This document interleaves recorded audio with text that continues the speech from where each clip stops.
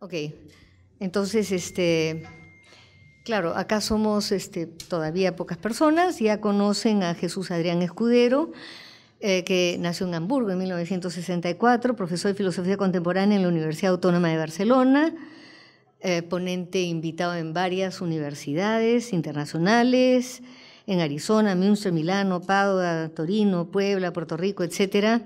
Tiene varios libros publicados: El lenguaje de Heidegger, Diccionario filosófico, Heidegger y la filosofía práctica de Aristóteles, en Brasil, o sea, en portugués; Heidegger, la genealogía de la pregunta por el ser. También ha publicado en inglés Heidegger and the Emergence of the Question of Being, la guía de lectura de Ser y Tiempo de Heidegger, y traducido y prologado diferentes escritos de Heidegger y Husserl, como edición, prólogo y traducción de Construir, Habitar y Pensar de Martin Heidegger, y la edición, traducción y prólogo de Naturaleza e Historia, Estado de Martin Heidegger, justamente el 2018, el año pasado, sobre el cual nos hiciste una presentación, ¿no es cierto? Bien, ha estado trabajando hasta el 2014 en un comentario, una nueva traducción castellana de Ser y Tiempo de Martin Heidegger, en el marco de la beca de investigadores avanzados concedida por la prestigiosa Fundación Humboldt. Hoy día vamos a escuchar a Jesús Adrián sobre Heidegger y la traducción, y lo va a comentar profesor de nuestra casa, el doctor Pablo Quintanilla. Pablo es profesor principal del Departamento de Humanidades en la sección de Filosofía. Su especialidad es fundamentalmente la filosofía, digamos, de tradición analítica, pragmatismo, y se ha interesado mucho en los últimos tiempos en ciencias cognitivas, y es el coordinador del grupo bastante activo de Mente y Lenguaje, que también tiene bastantes publicaciones. Entonces, lo que vamos a encontrar hoy día es una exposición en una tradición continental y un comentario en una tradición distinta, lo cual hace un debate o un diálogo, ¿no?, filosófico bastante interesante. Entonces, los dejo con Jesús. Muy bien, nos quedamos hasta aquí. Gracias.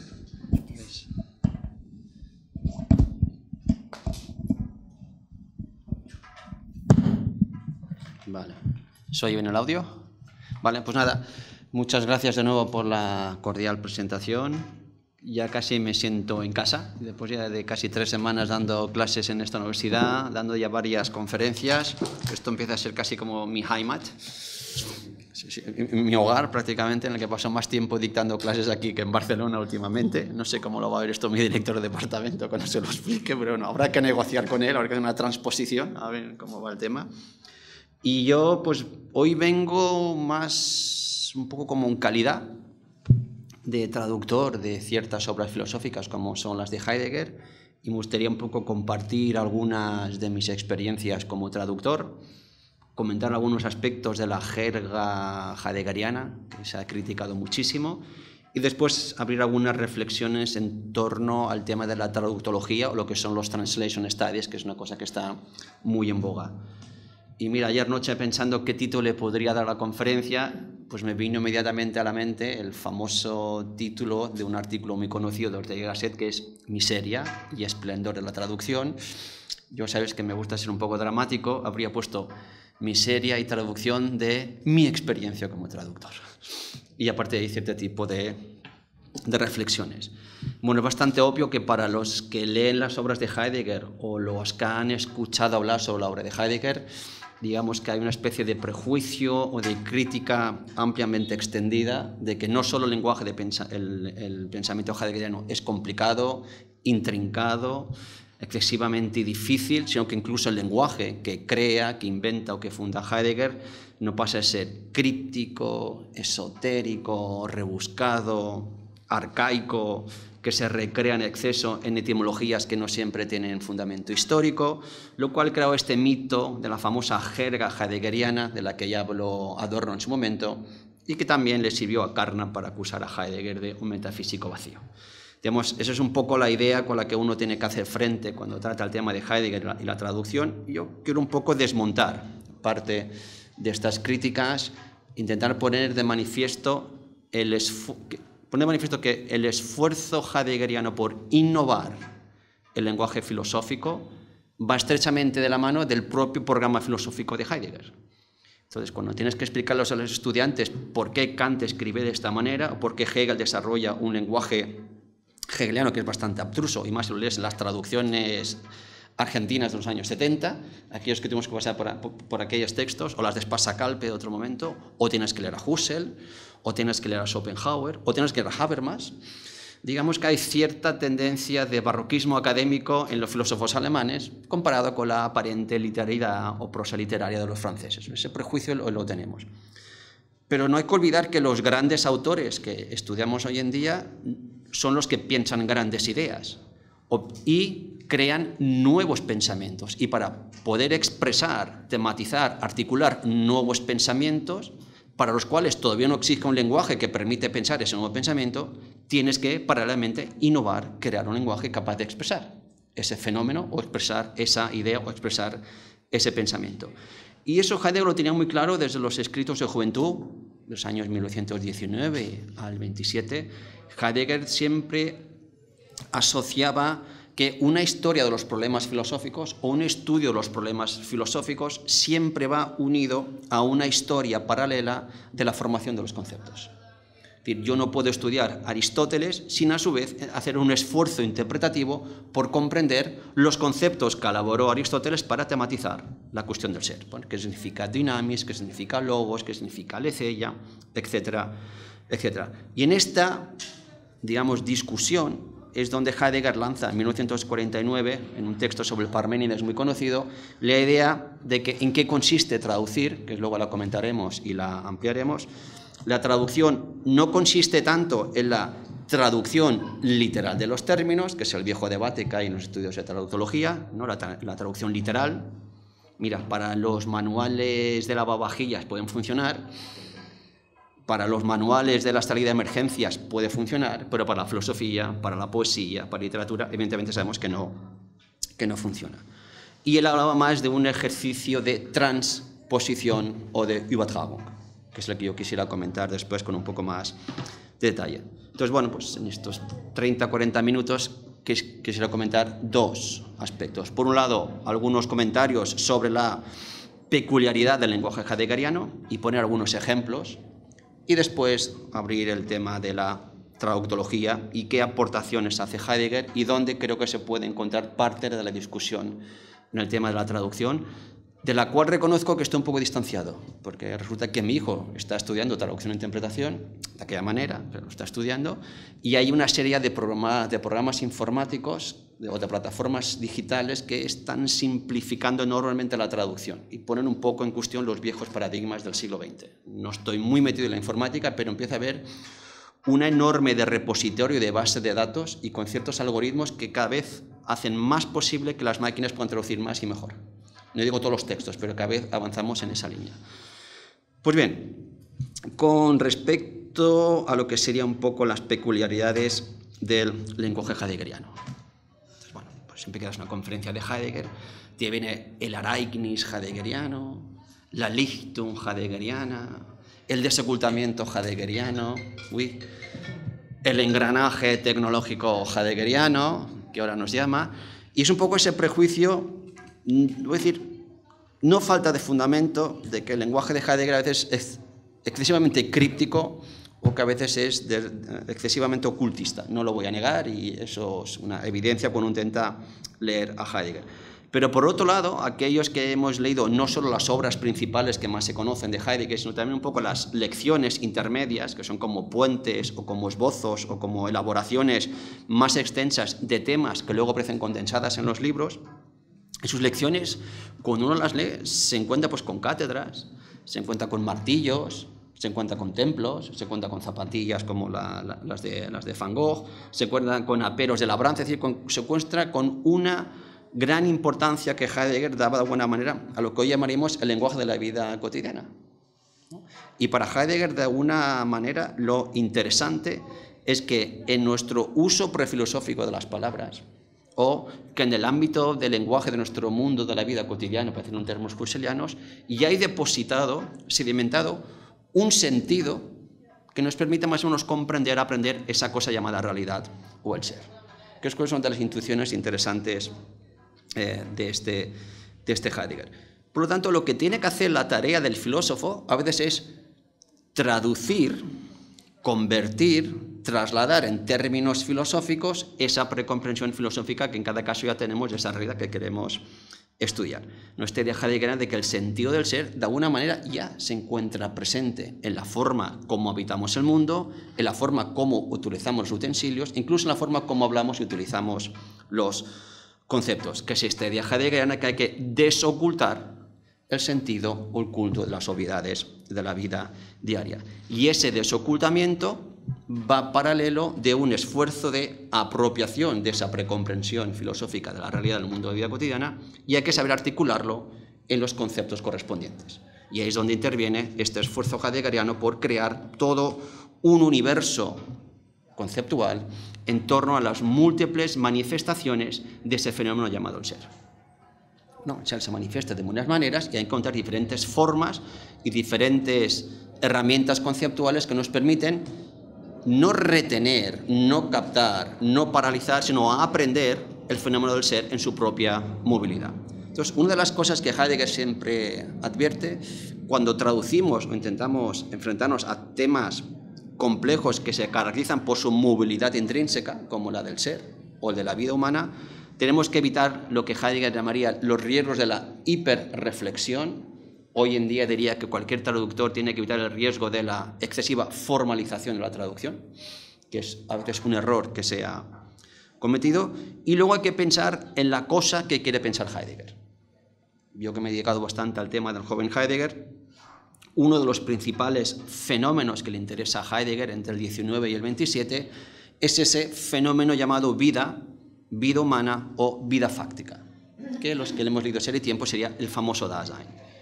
Entonces, claro, yo no puedo tematizar un fenómeno de la vida humana que se caracteriza por su movilidad intrínseca, por su temporalidad extrínseca, por su finitud constitutiva. Yo no puedo intentar aprender a atrapar la movilidad con conceptos rígidos, que es una acusación que Heidegger le hizo al Husserl de Ideas 1 con todas las distancias que luego podemos establecer, ¿no? Y que el propio Nator también reconoce un poco ese problema que tiene Ideas 1 en un texto del 17, en el que los conceptos filosóficos tienden a detener el flujo de la vida, por lo cuanto la movilidad misma de la vida se nos escapa de las manos.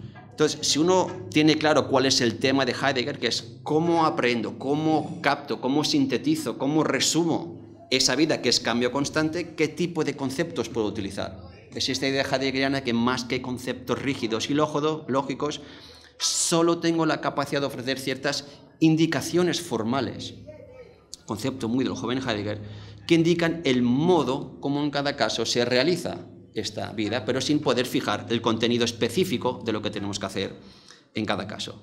Entonces, bueno, como has dicho, me ha hecho gracia, esto cuando me leen mis currículums, aparte un poco, siempre te generan así un poco de pavor ver que solo has hecho Heidegger durante 15 años, parece que has sido tu alter ego en muchos casos, ¿no? Pues uno me dediqué un tiempo a escribir un diccionario filosófico de lo joven Heidegger. Y una de las cosas que descubrí es que hay una cantidad de conceptos de nuevo cuño de Heidegger que de una manera u otra ves el esfuerzo de Heidegger como puedo articular conceptualmente esta vida que es movilidad, esta vida que es cambio constante. Y te aparecen términos como proceso, Vorgang, te aparece el concepto de inmersión, de Hingabe, te aparecen los conceptos como desvivencia de Entlebung o de desmundanización, Entweltlichung, los términos estos ya latinizados de relucencia, de ruinancia, de Umgang, ¿no? Que son todos términos conceptuales que ves que indican algo de movilidad. Incluso la famosa noción de la caída que se habla en Ser y Tiempo, que se traduce sustantivamente como Verfallenheit, que sería el estado de caída, traducción que me parece que no se ajusta al sentido heideggeriano, porque Verfallenheit es la acción de caer, es la tendencia de caer. La caída es un movimiento constituyente de la propia vida a caer preso de las opiniones públicas. Por lo tanto, muchos de los conceptos heideggerianos siempre tienen este elemento dinámico. Entonces, cuando Heidegger crea cierto universo conceptual, siempre intenta de alguna manera crear conceptos que destacan el aspecto verbal de un fenómeno, el aspecto dinámico. Uno muy conocido, para no aburriros, es el de Wesen. No, Wesen no es esencia, sino el venir a la esencia, el esenciar, ¿no? O como el temporalizar, ¿no? O incluso como se dice el Nichtingen, ¿no? El nadificar. O el Welten, el mundanear de los fenómenos. Siempre son intentos de establecer conceptos que más o menos estén en sintonía con esa movilidad originaria de la vida. Entonces, si desde esa perspectiva uno se acerca a Ser y Tiempo, ahora como traductor, ya no solo como un lector de la filosofía, hay un estudio precioso de Schoeffer de los años 60, que es el lenguaje de Heidegger, que registra 200 nuevas conceptos, formulaciones y expresiones creadas por Heidegger, 200. En un libro de escasamente 550 páginas, lo cual me parece que ya es un artilugio, un esfuerzo de innovación terminológica considerable, más allá de las estridencias del texto y la dificultad de comprensión que eso conlleva. Pero la comprensión del lenguaje radica precisamente en querer pensar algo nuevo. Para poneros un ejemplo, no sé esto, Harold Bloom, que tiene un texto muy bonito sobre genios, cifra que Shakespeare llegó a utilizar 21.000 palabras. 21.000 palabras, ¿eh? La generación de los WhatsApps estáis entre 500 y 800 palabras como registro de vocabulario medio. Los que ya solo tuitean están en 150, 200. Y los que ya hacen emoticones ya perdieron hasta los 100. No, claro, es una degradación considerable a no utilizar el lenguaje escrito, verbal y la escasez de lectura. Los fenómenos en los que vamos. Pero pensar de 21.000 palabras utilizadas, una persona normal, culta, creo que es entre los 2.000 y 3.000, más o menos por lo que tengo estudiado. Un estudiante universitario se mueve entre 800 y 1.500, un registro. Y en nuestra vida cotidiana, entre 500 y 800, más o menos, podemos salir bien parados. Para que veáis un poco la importancia de este esfuerzo de crear nuevos términos. Que Heidegger sigue una técnica que a los que dedicamos a la traducción a veces es desesperante, pero que hay que entender. Heidegger abusa de la sintaxis y le da vueltas a la sintaxis, abusa en ciertos casos de la semántica, un uso a veces excesivo de neologismos. Tienes que crear una nueva palabra para definir un nuevo fenómeno, pues tienes que crear una palabra, si tienes que inventarte en algunos momentos una palabra, o aquellas palabras que ya tienen un sentido habitual, darles un nuevo significado. El más clásico, Dasein, ya no es existencia humana, es un término técnico, lugar de manifestación del ser, o el que quiero comentar después de Gestell, ¿no? Que Gestell significa, ¿cómo se llama? Einheit, ¿no? ¿Cómo se llama? Estructura, el caballete, y luego Heidegger le dará otro sentido que comentaré. Luego lo que hace Heidegger, y también desespera, este uso de latinismos mezclados con alemán, pero que los necesita. Porque como Heidegger quiere tratar dos fenómenos simultáneos, uno, cuáles son los modos de ser de la existencia humana, los modos de ser de la vida humana, para los cuales yo desarrollo cierto tipo de conceptos que describen sus modos de ser. Entonces el Dasein se caracteriza por su temporalidad, entre otros fenómenos, y también se caracteriza por su historicidad. Por lo tanto, Heidegger va al alemán y dice, bueno, pues el Dasein se caracteriza por la Zeitlichkeit, que es la temporalidad, y se caracteriza por la Geschichtlichkeit, que es su historicidad. Es un alemán, no tiene ningún problema. Pero como simultáneamente en Ser y Tiempo no solo se analiza los modos de ser del Dasein, porque esto es un análisis previo para llegar a comprender y articular el sentido del ser, resulta que el ser también tiene su propia temporalidad y el ser tiene su propia historicidad, algo que hace el Heidegger de los años 30. Y aquí, claro, el Heidegger alemán se encuentra con un problema. Yo no puedo utilizar otra vez Zeitlichkeit, porque ese es el modo de ser temporal del Dasein. ¿Qué hace Heidegger? Recurre al latinismo. Pongo la Temporalität des Seins, que sea la temporaneidad o temporeidad del ser, contrapuesto a la temporalidad del Dasein. Los ingleses hacen temporality con mayúscula y minúscula. De aquella manera, es una solución, pero tampoco es satisfactoria del todo, es la que yo he encontrado con la traducción de Stambau. En castellano puedes jugar con eso. Y comento a nivel curiosidad. Estuve reunido con Alfredo Marini, responsable de la última traducción italiana de Ser y Tiempo, que complementa la revisión que hizo Volpi de la de Chiodi, estas son cosas internas, Y le pregunté a Marini precisamente por oye, tú, Alfredo, ¿cómo resuelves este problema en italiano? Y dice, pues mira, yo voy a hacer la misma estrategia de Heidegger, pero adaptarla a la lengua romana, que es el italiano. Cuando Heidegger del alemán utiliza un latinismo para hablar de un fenómeno del ser, yo en italiano, que ya hablo lengua romana, voy a hacer el mismo ejercicio. Entonces, donde Heidegger utiliza el latinismo, yo voy a poner un término griego para hacer el mismo juego de traducción, que es muy ingenioso, pero la solución, ahora lo comento, no funciona. Entonces pongo el caso concreto de temporalidad, porque me hizo muchísima gracia. Sí, hablamos de la temporalidad del Esserci, de la temporalidad del Dasein, ningún problema, y ahora voy a hablar de la cronicità del essere. ¿No? Como en griego, tiempos cronos, el carácter temporal de ser, utilizando el término que es la cronicidad. Muy ingenioso como solución de todo, muy ingenioso, muy bien pensado. Luego veremos, pero no funciona. Yo le explico ¿cómo explica a un estudiante la cronicità dell'essere? Ya es complicado entender la temporalidad del essere, imagínate con la cronicità. Para que veas poco los dilemas y los problemas que te encuentras como traductor. Lo pongo mayúscula, minúscula, y si no tengo suficientes resortes, ¿qué hago? Lo dejo aquí como una mera peculiaridad. Luego, palabras compuestas de Heidegger que le encantan. Heidegger es una especie de galimatías y nos rompe la cabeza a los que traducimos. Wasgehalt, Weltenwurf, Verweisungsganzheit, totalidad de referencias, ¿no? Todos estos términos complejos que a Heidegger le gustan.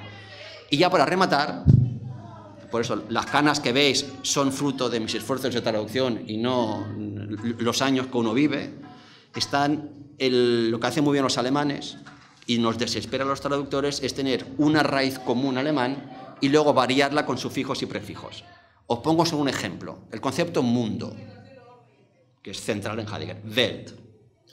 Pues tienes intramundano, tienes mundo circundante, mundo compartido, mundo del sí mismo. Tienes apertura del mundo. Tienes aquello que es conforme al mundo, weltmäßig. Tienes aquello que de alguna manera no tiene mundo o es carente de mundo, weltlos, o lo que es pobre de mundo, weltarm. Entonces, o tienes los casos del famoso cuidado de la Sorge. No, Sorge es cuidado. Después tienes el Besorgen, el Fürsorgen, y luego las variantes de ein umsichtiger Vorgang o una fürsorgende Umsicht, es decir, una circunspección solícita con el otro, es decir, todas las variantes que puedes hacer a partir de la palabra Sorge, de la raíz de Sorge. Y pongo este ejemplo porque aquí Gauss hace una cosa que, de nuevo, etimológicamente puede que funcionar, y de voy a buscar una raíz castellana equivalente a Sorge, que es cuidado, que utiliza la famosa cura. No está mal, pero como arcaísmo, cura, un estudiante del 2019 ya no le dice nada. Dice cura, ¿esto que es un tratado de enfermería o un tratado de filosofía? Vamos a tener cuidado de lo que hablamos con Heidegger. Si mantenemos cura, entonces, entonces puedo traducir las diferentes variantes, ¿no? Besorgen es curarse de, Fürsorgen es procurar por, y siempre mantienes la raíz cura, pero de nuevo haces una traducción que resulta estridente al hablante castellano. Entonces tienes la opción que hago palabra por palabra, mantengo la raíz, o busco la equivalencia del sentido, que es una cosa que supongo que después saldrá. Y yo prefiero más una traducción de corte hermenéutica, que intente reproducir el sentido, que la traducción literal.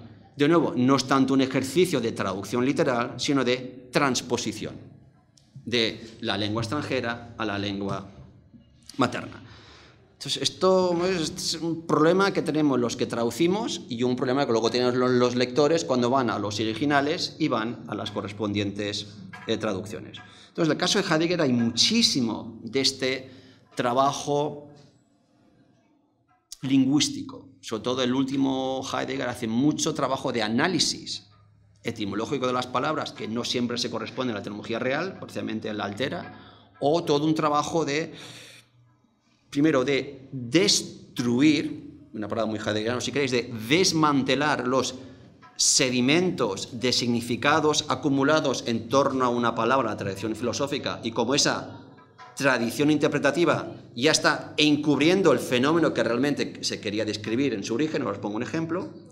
Y luego la creación de nuevos significados. Entonces en Heidegger un esfuerzo destructivo por la herencia recibida, y una parte constructiva. Pongo 3 ejemplos que son bastante conocidos. Uno que, dicho manera, como veis aquí, la traducción es una tarea hermenéutica. Sí, hay que comprender el significado de las palabras y el contexto del que emergen esas palabras para poder luego encontrar el equivalente en la lengua a la que quieres traducir o en la que quieres pensar. Concepto de dynamis, la famosa potencia. No, los latinos traducen dynamis por potentia, como potencia, pero siempre suponiendo que la potencia es una capacidad inherente al sujeto. Y es el sujeto el que tiene la potencia o la capacidad de transformar las cosas, ¿no? Como si potencia fuera una característica propia del sujeto. Esta crítica que hace Heidegger, ¿no? Siempre que la tradición filosófica viene marcada por una prioridad concedida a los rendimientos de la subjetividad. Y dice Heidegger, ¿no? Dynamis, en el fondo, no es otra cosa que esta fuerza originaria que permita que las cosas se manifiesten desde sí mismas. Sí, potencia no es una cualidad del yo que piensa, sino potencia es una cualidad de las cosas mismas. La fuerza que permita que emerjan y que se manifiesten tal como son. Lo mismo con la physis. Physis no es natura, en el sentido científico del término, natura como naturaleza ordenada, racional y matemáticamente por un yo pensante de tono cartesiano, por decirlo así de manera rápida, sino que physis, en el fondo, es aquella fuerza originaria que permite que las cosas surjan y se manifiesten desde sí mismas. Hago una destrucción de cómo se ha construido y traducido un término en la tradición filosófica para reapropiarme aquello que esa palabra podría significar en su contexto originario de emisión, que entenderían los griegos originariamente por physis o por dynamis. Hay muchos más ejemplos de estos de Heidegger, ¿no? Si traducimos yo como substancia pensante, tenemos el mismo problema. Entonces, si yo lo reduzco a substancia, substratum, a algo que subsiste y permanece inalterado, ya no traduzco la vida correctamente. Muchos de estos ejemplos podemos estarnos horas cogiendo los textos heideggerianos. Y luego están no solo los problemas de traducción de términos de la tradición, básicamente del griego que pasan por la tradición latina y después al alemán, y luego están los problemas de los términos que crea el propio Heidegger, o a los que les añade un nuevo significado. Me entretengo en uno que es muy ilustrativo, la famoso Gestell. Gestell es una palabra muy rica, muy peculiar, esto lo explico siempre en mis clases. Heidegger le encanta utilizar el prefijo colectivo ge, que significa conjunto o pluralidad. Entonces, Geschwister, el conjunto de hermanos y hermanas, Gebirge, el conjunto de montañas o cadena montañosa, Gerede, el conjunto de lo que se habla o habladurías, y el otro lo vimos, o Geschwätz, los chismes y el parloteo. Hay todo un conjunto, ¿no?, de palabras, de significados, artículos en torno al ge. Gestell, literalmente, solo stellen es poner, Gestell es el conjunto ge de las cosas que se ponen o están dispuestas según un orden. Ya me permito acaso una licencia hermenéutica. Entonces tú vas como alemán, vas a Gestell, es un estudiante joven de Alemania, te vas a Ikea y dices, oh mira, Gestell. Voy a Ikea, hostia, el Gestell heideggeriano es un caballete. Caballete, estructura que permite cierto fundamento. Vas a la traducción española, creo que era estructura de emplazamiento. Uno tiene que traducir, uno tiene que explicar a sus estudiantes qué narices significa Gestell. Uno, cómo lo traduzco y luego os explico el sentido. Es más fácil explicar el sentido que luego encontrar el término que lo traduce correctamente en castellano. Estructura de emplazamiento. Yo hice esta prueba con mis estudiantes. ¿Qué entendéis por estructura de emplazamiento? Pues no supieron decirme nada, pues no es un concepto intuitivo. Entonces tienes que hacer labor hermenéutica. Bueno, señores, sentémonos y pensemos sobre el texto de la técnica y qué está intentando decir Heidegger cuando utiliza la palabra Gestell. Olvidémonos del significado habitual. ¿Qué idea está transmitiendo Heidegger? Bueno, discutiendo el texto con los estudiantes. No, pues Gestell parece ser un conjunto de elementos articulados entre sí que forman un sistema más o menos coherente y funcional, ¿no? O un conjunto de piezas, elementos, materiales, ¿no?, engranados entre sí que funcionan de una manera bastante regular y automatizada. Y cuando le vas dando vueltas a la palabra, y esto lo hice con mi viejo profesor y director de tesis, Raúl Gabás, en muchas de las comidas, y después de la segunda copa de vino es cuando se vuelve creativo en las soluciones terminológicas, claro, intentando reformular la idea heideggeriana de muchas veces nos vino la expresión, no, claro, es el intento de cómo diferentes materiales y cosas están engranadas entre sí, unificadas, interconectadas entre sí como un todo funcional. Y claro, en ese momento dices, ya está, eureka. Claro, Gestell es engranaje. Gestell es engranaje. Punto. Son estos momentos eureka que tú tienes en tu humilde vida académica. Mira, después de 30 años de discusión filosófica, creo haber dado con un concepto que traduce perfectamente el sentido de Gestell. Con hay otros más, pero este dices, ya me puedo ir tranquilo. La vida académica he dejado esto como herencia de traductor. Y creo que engranaje funciona perfectamente. Y donde lo expreso, todo el mundo lo está aceptando. Engranaggio en italiano les encanta. Y tú vas a la definición de engranaje y refleja precisamente el sentido de Heidegger. Y lees la pregunta por la técnica, luego discutimos, yo creo que encaja perfectamente una palabra castellana equivalente al Gestell heideggeriano. Dejo este ejemplo. De nuevo, para volver a la idea de que la traducción no es un procedimiento técnico de traducción literal, sino de la búsqueda permanente de ciertas equivalencias, o si queréis, de cierta transposición o de Übertragung. Y a partir de aquí, bueno, se abren diferentes ámbitos de discusión o diferentes consideraciones en torno a las contribuciones que Heidegger puede hacer a la traductología o los translation studies, una cosa que en los últimos 40 o 50 años ha cobrado mucha fuerza y mucho ímpetu. Pues cuando uno estudia cosas básicas de retórica y cosas básicas de traducción, bueno, siempre se encuentra con estas postura clásica que ya encontramos desde Cicerón y Horacio, ¿no? O bien tenemos la traducción literal, palabra por palabra, o la traducción libre de sentido por sentido, y el propio Cicerón, aparte de ser un excelente orador y también un buen traductor de textos de Licurgo, de Demóstenes o de Lisias, él tenía claro que él traducía en calidad de orador, de manera que sus traducciones tenían que mantener la misma idea del original, pero en el lenguaje conforme a sus propios usos. Él hacía una traducción de sentido más que una traducción literal. El propio Lutero, del cual tiene una carta muy bonita dirigida sobre los problemas, creo que es el Dolmetsbrief, la carta sobre la traducción. Lutero, para los más jóvenes, traductor del Nuevo y del Viejo Testamento al alemán, tarea hercúlea. Eso también es inventarse un lenguaje prácticamente de la nada. También defiende esta idea de una traducción más o menos flexible y abierta. Pero en el fondo, yo aquí simpatizo con un autor que el otro día salió contigo, que es Ricoeur, que tiene textos muy interesantes sobre la traducción. Yo creo que la discusión entre traducción literal y traducción de sentido es bastante estéril. Creo que ya está un poco desfasada, hay que moverse en otra dirección. Parece ser más interesante de plantearse la cuestión de la fidelidad de una traducción. Se lo plantea muy bien Ricoeur sobre un texto precisamente titulado sobre la traducción. Entonces, claro, mantenerse fiel al original también conlleva sus propios problemas, ¿no? ¿Qué significa mantenerse fiel a la traducción? ¿Qué hago? ¿Sacrifico mi propia lengua, en la que traduzco, en favor de la lengua traducida? Sacrificio, concesión que tengo que hacer. O bien, respeto mi propia lengua en detrimento de la lengua que traduzco, ¿no? Que es esta idea de cuál sería el criterio de la traducción. Creo que Rosenzweig decía que somos esclavos de dos, o somos esclavos de la lengua materna o de la lengua extranjera al traducir. Entonces hay que decir a cuál de las dos lenguas sirvo. Es un tema complejo cuando tienes que traducir.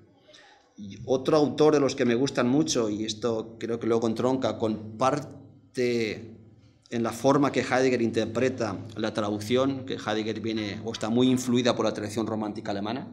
Los textos de Hölderlin está clarísimo, y sus traducciones griegas alemán de Hölderlin influyen mucho en Heidegger, por no hablar de Humboldt, de Herder, de Schleiermacher y de Goethe, que son los primeros que elaboran el esfuerzo de la traducción. Pensamos que la Weltgeschichte, la historia de la literatura universal, surge por primera vez en este periodo. Y entonces se plantea el problema de cómo traducimos, por ejemplo, al alemán El Caldón de la Barca, textos que Goethe le gustaba leer mucho a Humboldt. ¿Cómo traducimos Caldón de la Barca al alemán? O cómo traducimos las historias chinas al alemán, ¿no? Cómo traducimos idiomas remotos que no tienen ni siquiera la misma raíz indogermánica o románica. ¿Cómo lo traducimos a nuestro idioma cuando son idiomas lejanos? Ruso, chino, japonés. Imagino que luego vendrá el tema de las lenguas indígenas. ya los criterios clásicos de traducción igual ya no nos sirven, esto es más ámbito de tu experiencia y luego espero aprender de ti.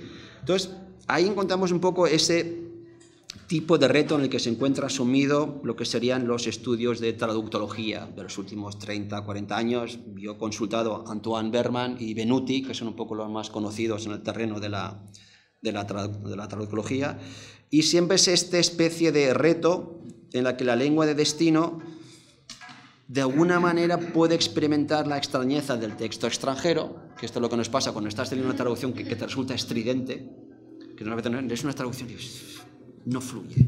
¿Por qué no fluye? Porque estás demasiado pegado al original alemán, italiano, francés, y al quererlo hacer demasiado literal, pierde la fluidez, pierde la espontaneidad del lenguaje original. Esto pasa mucho en textos filosóficos, literarios, etcétera, etcétera.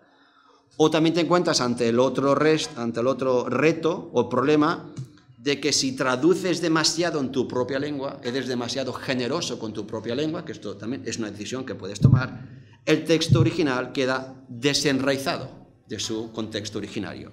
Y eso lleva a un problema que detecta muy bien Benuti, que conecta con los estudios coloniales y poscoloniales de los últimos 30 años. Corremos el riesgo de que la traducción caiga presa de la crítica del nocentrismo, ¿no? Entonces, cuando traducimos lenguas indígenas, me dijiste no sé cuántas cientos de lenguas indígenas hay en Perú. 100. Pues imagínate las diferentes lenguas indígenas que hay en todo el cono suramericano, centroamericano, ¿no? ¿Cómo podemos traducir esas lenguas autóctonas sin imponerles los criterios sintácticos, semánticos o de traducción del idioma occidental, en este caso el castellano? Entonces, eso es un riesgo que todos los traductores tienen que de frente y no sé cómo salir. Supongo que tendremos tiempo para discutir sobre eso. Entonces, en el fondo, y a veces los clásicos son buenos, y es que siempre estoy en este dilema de Schleiermacher. ¿Llevo el texto al lector o al lector al texto? Y entonces a mí me gusta mucho cómo juegan los románticos, pues por eso digo que el arte, por eso digo que la traducción no es una técnica, por mucho que haya traductores y apps que te traducen, ¿no? Esto te lo anuncian mucho por televisión y en el YouTube. Yo viajo a China y le pregunto a un paseante chino, ¿dónde está la estación de tren? Y dice, Ching, Chang, Changchu, y el chino lo entiende. Ese tipo de traducción técnica, literal, de cosas muy puntuales del lenguaje natural puede funcionar bastante bien, pero voy a hacer la prueba con uno de estos traductores online que los hay, con el app correspondiente, le voy a poner una frasecita, no sé, de Holding la esencia de la poesía, a ver cómo me la traduce. Tiene que ser divertido verlo. O una frase de Ser y Tiempo. Ya no digo Husserl, Hegel o Nietzsche, ¿no? Pues técnica, máquinas de traducción, ya sé que Davidson era muy crítico con las máquinas de traducción, pueden funcionar para traducciones muy específicas, de manuales o de cosas muy, muy concretas. Pero en el fondo, y esto a los estudiantes tanto de filosofía como a los traductores, cuando tengo que hablarles de esto, es un arte, es una habilidad que requiere de largos años de experiencia, de mucha humildad y de saber jugar entre dos idiomas. Y aquí, ya para acabar, que son estos 40 minutos que más o menos me he asignado, cuando me piden, hostia Jesús, ¿nos puedes dar un consejo para traducir? O traducir lo mejor posible. Yo encontré un texto de Etienne Dolet, precioso, de 1540, fíjate lo lejos que nos vamos, que tiene un texto precioso que se llama De la manera de traducir bien de una lengua a otra. Y te da una serie de consejos para traducir bien que me parece que son de plena vigencia en el siglo XXI. 1. El traductor debe comprender el material del autor original, el texto original. Primer error que muchos traductores cometen. Y editoriales, ¿no? Yo soy traductor, jurado, profesional de derecho, de medicina, muy bien, pero usted no puede traducir filosofía, porque no conoce al autor. Usted no conoce Husserl, ¿cómo va a traducir usted Husserl? Usted no conoce Heidegger, ¿cómo va a traducir usted Heidegger? Usted no conoce Nietzsche, ¿cómo va a traducir usted Nietzsche? Con conocimiento de causa. Entonces, esas traducciones de los años 60, 70 del exilio español que nos encontramos, de gente que sobrevivía traduciendo, pero no eran especialistas. Uno, conocer muy bien la materia. Otro que se olvida, conocer bien o perfectamente no tanto la lengua extranjera que traducimos, que hay que conocerla, y esto me lo enseñó Raúl Gabás, mi profesor, es casi más importante conocer muy bien tu propia lengua, porque es tu propia lengua es el pozo al cual te tienes que nutrir para encontrar los equivalentes correspondientes de la lengua extranjera. Fundamental, pues lean mucho, instruyanse mucho, utilicen todos los diccionarios sabidos y por haber, porque uno tiene que conocer muy bien su propio idioma, como dice Dolet, para respetar la majestad del lenguaje, una expresión que me gusta. Luego, evitar la traducción palabra por palabra, evitar latinismos y neologismos, y una cosa que me encanta, traducir debe unir palabras de manera elocuente para evitar tosquedades. Después de hacer todo el trabajo de trillaje, todo el trabajo de buscar las equivalentes correspondencias de los términos fundamentales, que esto los que traducimos, lo sabes, ¿no? Te coges la página del texto, te la fotocopias o te la amplías, te la escaneas, la pones en una pantalla grande de 18 pulgadas y te tiras la noche previa con tu copita de vino, tu café, tu música clásica o tu música electrónica. Entonces, subraya las palabras claves de esa página y vas a los diccionarios y buscas los posibles equivalentes. Y al día siguiente, cuando te despiertas fresco, lozano y ya bien descansado, voy ahora a empezar a traducir. Y ahora cómo uno, de manera elegante, esos términos y sus equivalencias para que el texto no solo esté bien traducido desde el punto de vista técnico, que resulte elocuente para un lector español, o un lector francés, o un lector italiano. Que lo que nos pasa con algunas traducciones que dices técnicamente bien, pero son un peñazo. No están bien escritas en castellano, porque repiten la misma sintaxis del original. Por ejemplo, la misma puntuación del original. No saben traducir juegos lingüísticos, proverbios, frases hechas, no encuentran los equivalentes adecuados. Pues eso creo es un buen consejo, que estos 5 consejos que yo los colgaría casi una especie de decálogo para el buen traductor si tú eres estudiante en mi despacho.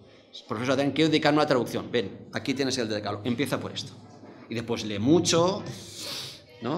Instrúyete mucho, haz muchas comparaciones de otras traducciones y de alguna manera evita caer en lo que esto lo dice muy bien también Ricord, en la sacralidad del lenguaje materno, de la sacralidad del propio lenguaje materno, ¿no? Que es pensar que tu propio idioma, lo de Heidegger, que el alemán o el griego son los lenguajes propiamente o genuinamente filosóficos y que los otros lenguajes no llegarían a poder expresar la complejidad del pensamiento de la filosofía. Y con esto un poco acabo, que si me preguntaron cuál es la esencia de la traducción, me gustaría decirlo de una manera así muy sencilla. Traducir no es otra cosa que la capacidad de abrirse hacia el otro, no la apertura hacia el otro. Es decir, traducir no es otra cosa que la capacidad de mediar con lo extranjero, de abrirse a lo diferente, de querer escuchar con humildad lo que el otro quiere decir y querer comprenderle. Caridad hermenéutica, como diría Gadamer, sin mayores problemas. Por tanto, con todas sus miserias y con todos sus esplendores, la traducción existe y va a seguir existiendo. Por muy globalizado que esté el mundo, bajo la hegemonía del inglés, todavía los lenguajes se van a mantener. Y esta tarea de la traducción yo creo que sigue vigente, mientras que de alguna manera mantengamos viva la fascinación, el interés genuino por lo que los otros dicen en su propio idioma, en su propia lengua, en sus propias costumbres o en sus propios valores culturales. Pues yo creo que el ejemplo de la traducción, yo siempre lo digo a mis estudiantes, y sobre todo cuando estudian filosofía, digo, no traduzcas solo por el gusto y el placer de traducción, que está muy bien, o poder comprender mejor los originales, que también. Lo que yo he aprendido en la traducción en los últimos 15 años, y me ha ido muy bien, de pasar a ser a un joven doctorando, postdoctorando, tirando a cierta soberbia intelectual, cuando eres joven y tienes becas y te crees que eres muy importante, ir traduciendo, no está, va muy bien, al fin no deja de ser una cura de humildad. Entonces, simplemente como ejercicio terapéutico para recuperar humildad intelectual, os recomiendo encarecidamente que traduzcáis de en cuanto en cuanto. Creo que es un aprendizaje que al final de la traducción es muy relevante, más allá de los otros beneficios que pueda tener el traducir como tal. Y pues nada, pues he intentado resumir, condensar ideas y preocupaciones en torno a la traducción y os agradezco la atención y ahora pues le cedo la palabra a mi compañero, Pablo Quintanilla. Muchísimas gracias, Jesús. Gracias. Bueno, yo quisiera comenzar agradeciendo a los organizadores, muy especialmente a Cecilia Monteagudo, por invitarme a comentar este interesante texto de Jesús Adrián, que es muy apropiado para un diálogo desde diversas perspectivas acerca de Heidegger y el lenguaje.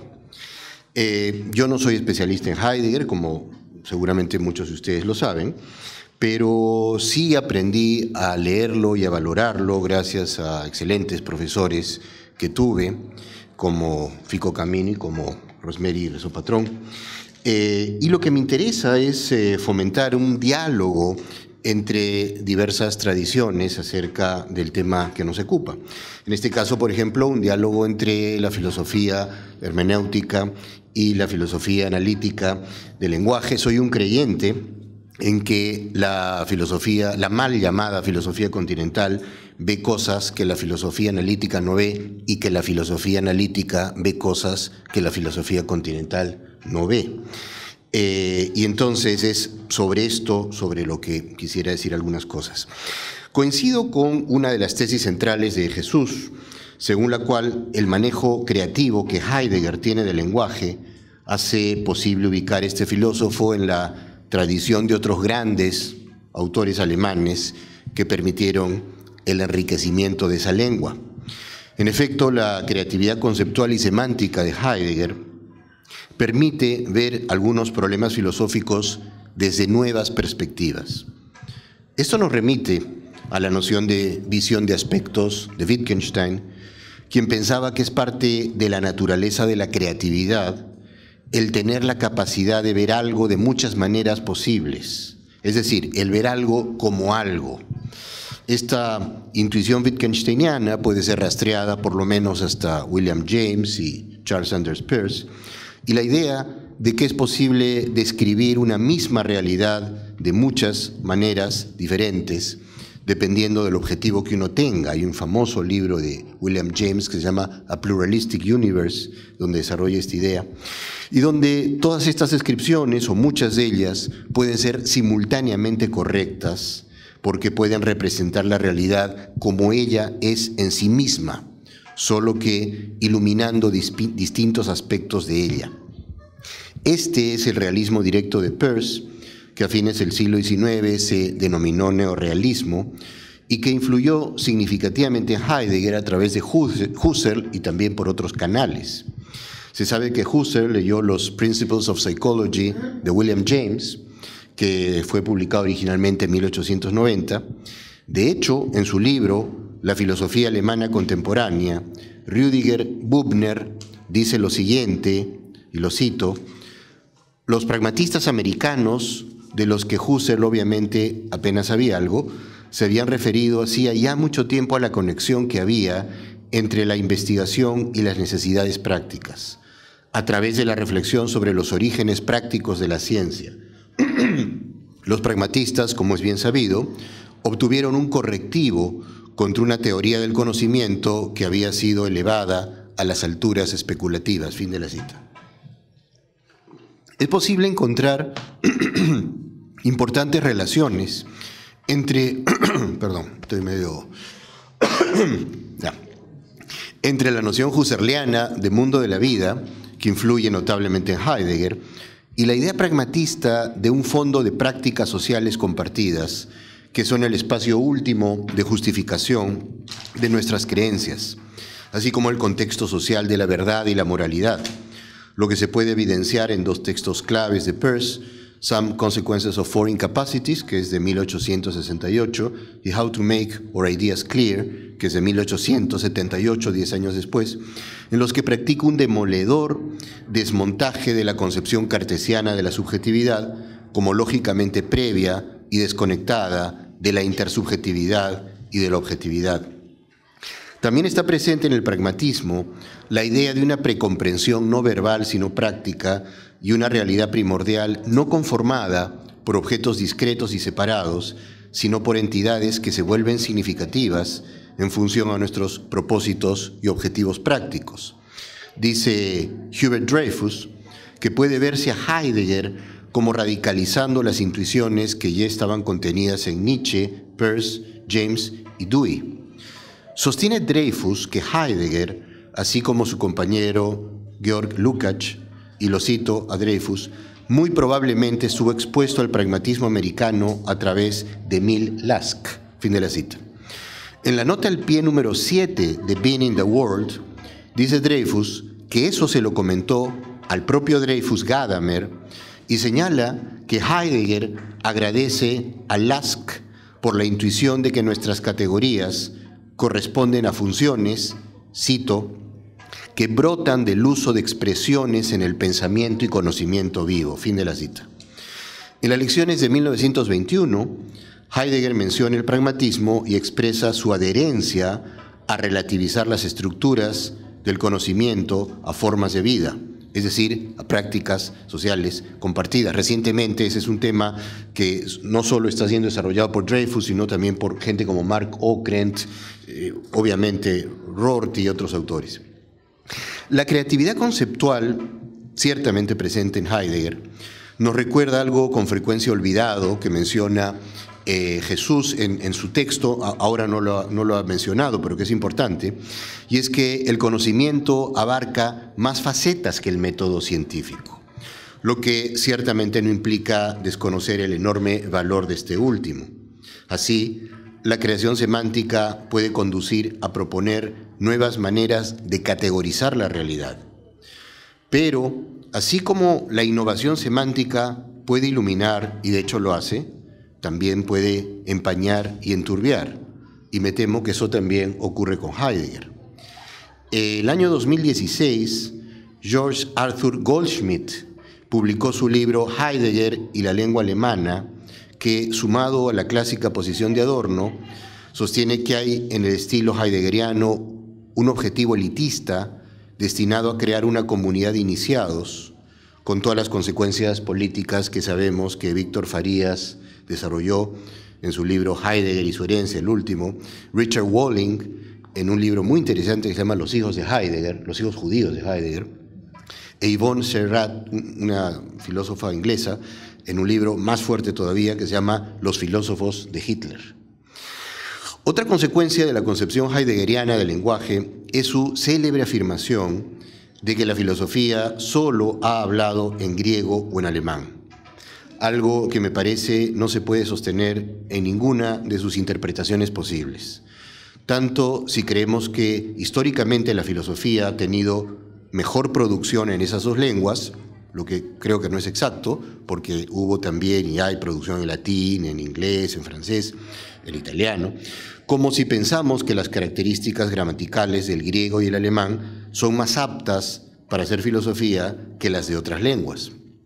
Esa posición, según la cual algunas lenguas son más aptas para hacer filosofía que otras, presupone un determinismo lingüístico como el sostenido a mediados del siglo XX por Edward Sapir y Benjamin Worf, que puede ser rastreado hasta Humboldt y Herder, solo que en estos dos últimos autores alemanes de una manera más mitigada y plausible. Hoy hay acuerdo generalizado, basado en evidencia empírica, tanto para lingüistas y filósofos del lenguaje, respecto que las lenguas no determinan cognitivamente a sus usuarios, tampoco limitan la posibilidad de comprender ciertos conceptos y menos aún condicionan la percepción de la realidad.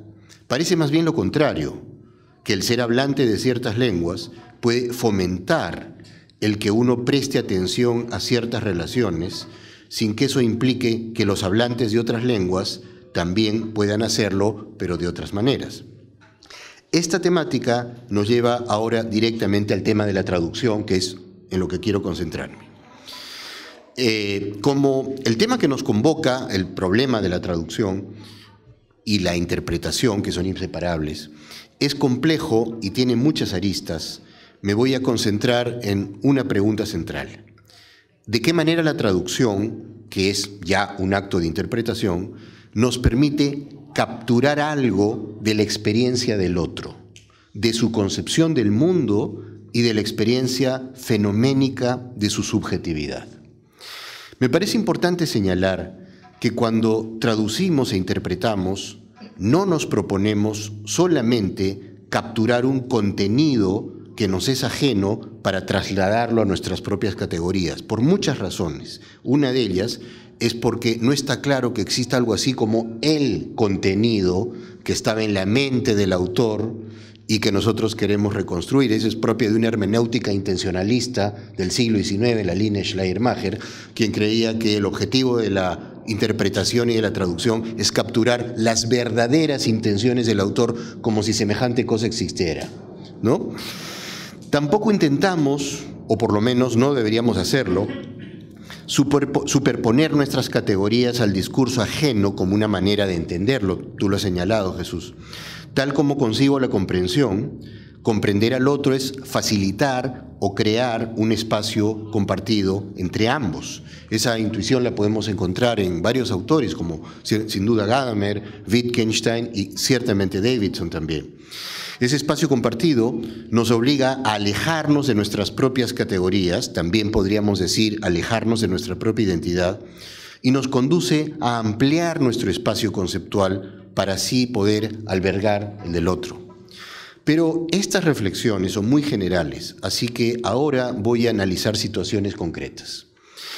Entre muchas otras funciones que las lenguas tienen, está la de clasificar el mundo objetivo que compartimos y clasificar también nuestra experiencia subjetiva. Esta es probablemente la razón por la cual el lenguaje evolucionó en la sabana africana hace aproximadamente 200.000 años. Es decir, sin duda el lenguaje no evolucionó para reflexionar acerca de la naturaleza del bien y de la verdad. El lenguaje evolucionó para clasificar la realidad y permitir nuestra navegación en él, ¿no? Pero no solo clasificar la realidad objetiva, sino también la vida psíquica. Por ejemplo, cuando un niño adquiere una lengua, aprende a clasificar los objetos de la realidad. Así, en un importante sentido, y aunque esto es materia de debate entre filósofos y lingüistas, una lengua incorpora una ontología. Cuando uno aprende una lengua, cuando uno adquiere una lengua, uno adquiere una ontología, como voy a intentar ejemplificar en un momento, describiendo la realidad según distintos tipos de taxonomías. Pero no solo eso, las lenguas también clasifican nuestra experiencia subjetiva.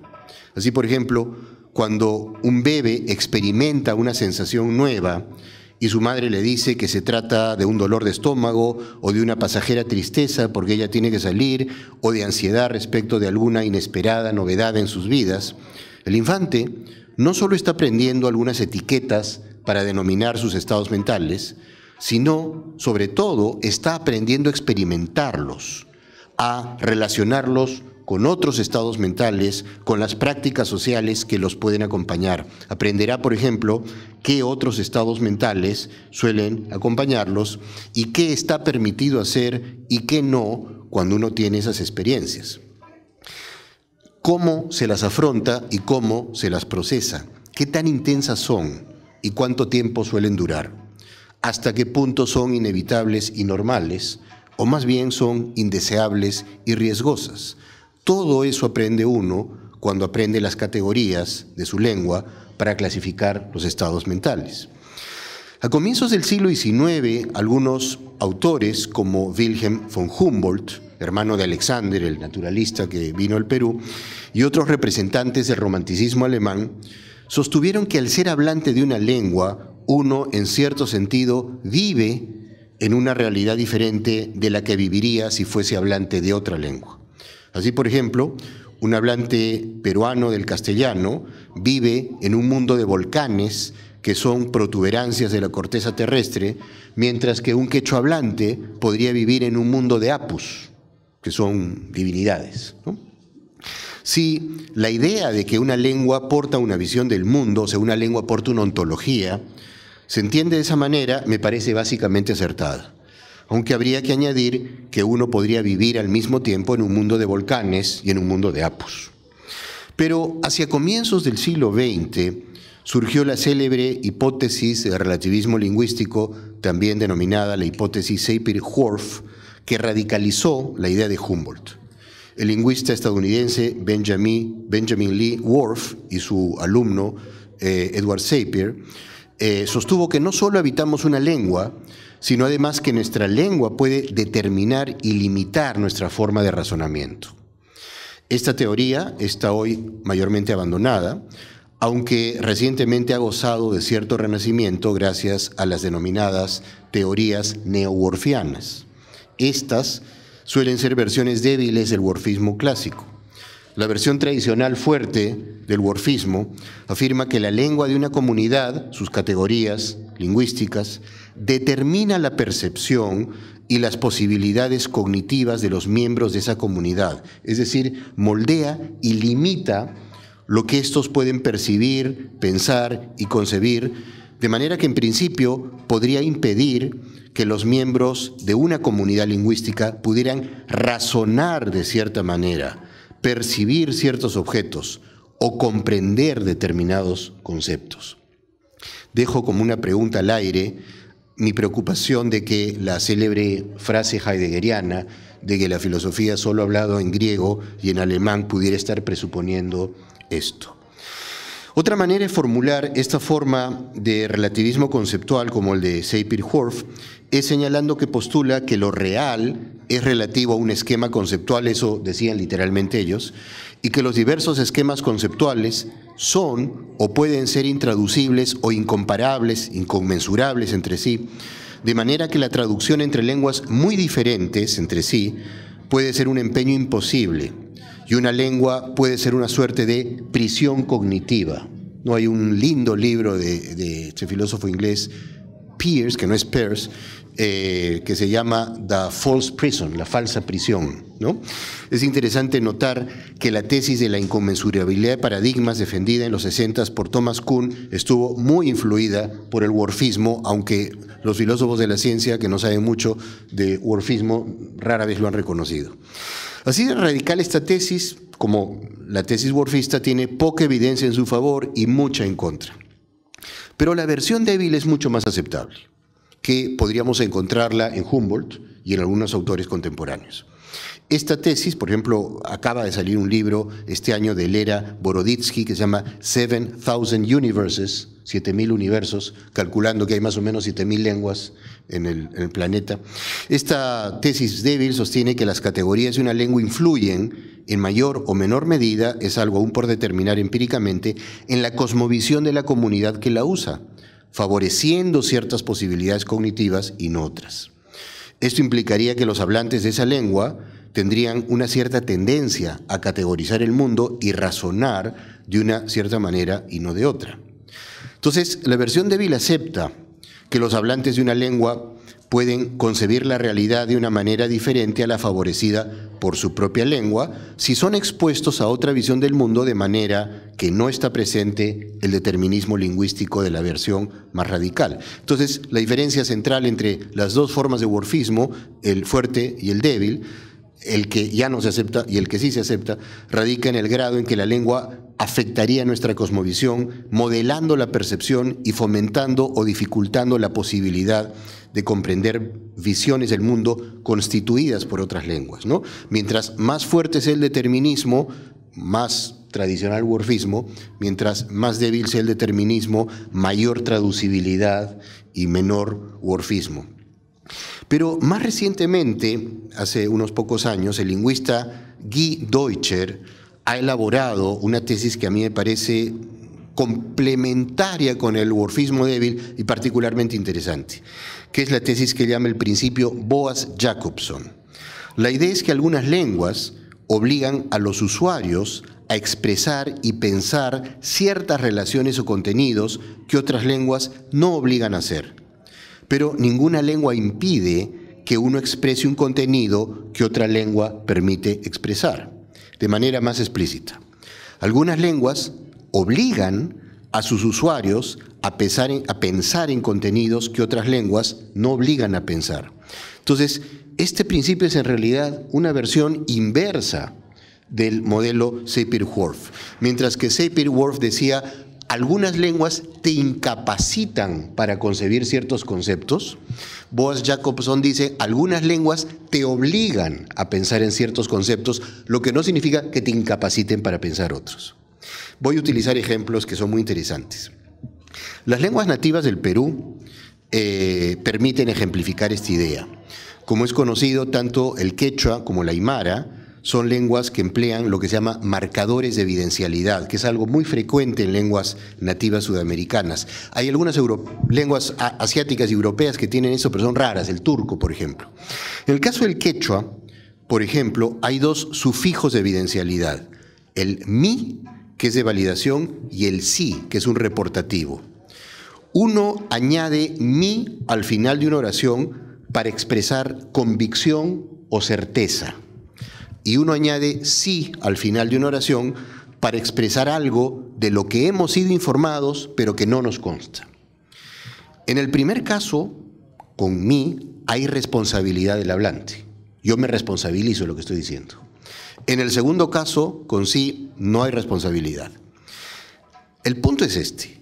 Si uno habla quechua y no usa marcadores de evidencialidad de una lengua, si uno habla quechua y no usa marcadores de evidencialidad, claramente muestra que no es un hablante nativo, o peor aún, que no es un hablante confiable, porque no se está comprometiendo con lo que dice, ya que no distingue entre aquello de lo que se responsabiliza y aquello de lo que no. Entonces, si yo voy a una comunidad andina y no utilizo marcadores de evidencialidad, hay dos opciones, que digan, es que él no habla quechua, o es un charlatán, ¿no? En otras palabras, en estas lenguas es mandatorio usar evidenciales, de la misma manera que en castellano es mandatorio hacer concordancia entre el género y el número, por ejemplo. No depende del hablante. Puedo decir en quechua, por ejemplo, aljo, can, mi. Aljo es perro, can es un sufijo para hablar del ser. En quechua, el ser no es un verbo, es un sufijo. Si yo quiero decir en quechua, hay perros, digo aljo can. O sería algo así como hay perros, existen perros, ¿no? Pero no me puedo plantear la pregunta ¿qué es el ser? Porque no es un verbo. Y en particular, pues no se puede poner en participio presente. O sea, no puedo formular la pregunta titón, que es el participio presente del infinitivo toeinai, ¿no es cierto? En quechua no puedo hacer eso. Lo que no significa que los quechohablantes no puedan pensar metafísicamente, porque ciertamente se puede formular la pregunta de otras maneras. Yo le podría formular al quechohablante esta pregunta. ¿Tú sabes qué es correr? Sí. ¿Sabes qué es cantar? Sí. ¿Sabes qué es comer? Sí. Ahora dime, ¿qué cosa es existir? ¿No? Bueno, pero entonces, volviendo al caso de aljo canmi, aljo es perro, can es el sufijo de existencia. Si quiero decir que algo existe, añado can. Por ejemplo, si quiero decir que existe el diablo, digo supai can. Si quiero decir que existen personas, digo runa can. Si quiero decir que existe el color rojo, digo puca can. Pero además tengo que añadir el marcador de evidencialidad. Entonces, si digo aljo can mi, lo que quiero decir es hay perros y me consta. Me responsabilizo de lo que estoy diciendo. Pero podría querer decir aljo cansi, que significa hay perros, dicen. De hecho, cuando se traduce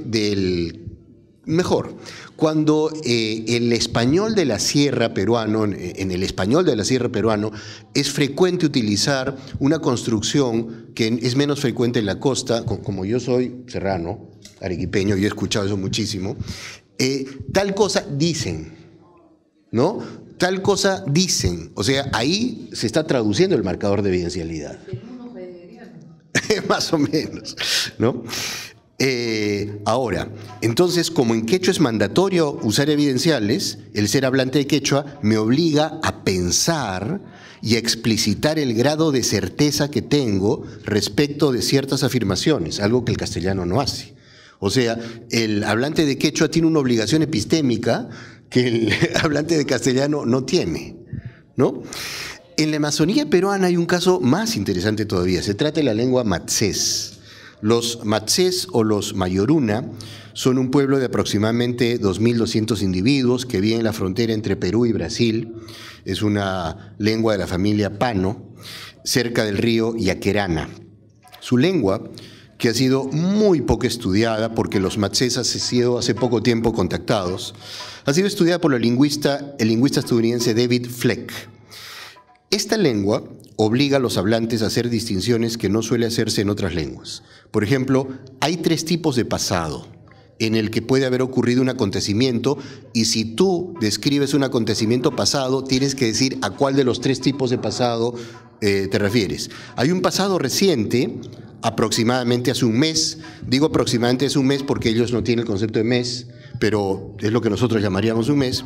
Hay un pasado distante, aproximadamente de un mes a 50 años, y hay un pasado remoto de 50 años o más. Pero el sistema de evidencialidad es el más complejo conocido en todas las lenguas del mundo. Cuando un matzés se refiere a un acontecimiento, está obligado a reportar con precisión de qué manera tomó conocimiento de los hechos que está narrando, y hay 4 evidenciales. El quechua tiene 2, el aymara tiene 2, el matzés tiene 4. El que reporta algo experimentado directamente por uno, por ejemplo, yo vi un jaguar. El que reporta algo inferido por algo que yo experimenté, por ejemplo, vi las huellas de un jaguar. El que reporta una conjetura, los jaguares pasan siempre por aquí. Y el que reporta algo que se escuchó, me dijeron que hay jaguares en esta zona. Una descripción puede ser increíblemente compleja si uno combina los 3 tipos de pasado con los 4 marcadores de evidencialidad. La complejidad puede ser extrema si además uno itera niveles de intencionalidad. Por ejemplo, si yo digo, X me dijo la semana pasada que Y había dicho hace un mes que Z cree desde hace mucho tiempo que no hay jaguares en esta zona. Pero noten ustedes que lo que yo estoy diciendo, X me dijo la semana pasada es un sufijo, ¿no? Y cuando yo digo que no hay jaguares aquí, tengo que añadir el sufijo. ¿Cómo lo sé? ¿Cómo sé que no hay jaguares? Me dijeron, lo vi, lo inferí, ¿no? Entonces, es claro que este grado de precisión puede ser sumamente ventajoso para una sociedad de cazadores-recolectores, pero es igualmente claro que no toda sociedad de cazadores-recolectores tiene esta complejidad gramatical. El punto es que si uno es un matzés, está obligado a pensar en detalles que no tiene que pensar un hablante de otras lenguas, por ejemplo el castellano. Pero el ser hablante de otras lenguas no impide pensar lo que piensa un matzés. De hecho, yo acabo de traducir al castellano una oración que en matzés sería chiquitita y que yo necesitaba un párrafo, ¿no? El matzés lo piensa y lo dice añadiendo sufijos nada más, es una lengua aglutinante, el matzés, automáticamente al construir la oración.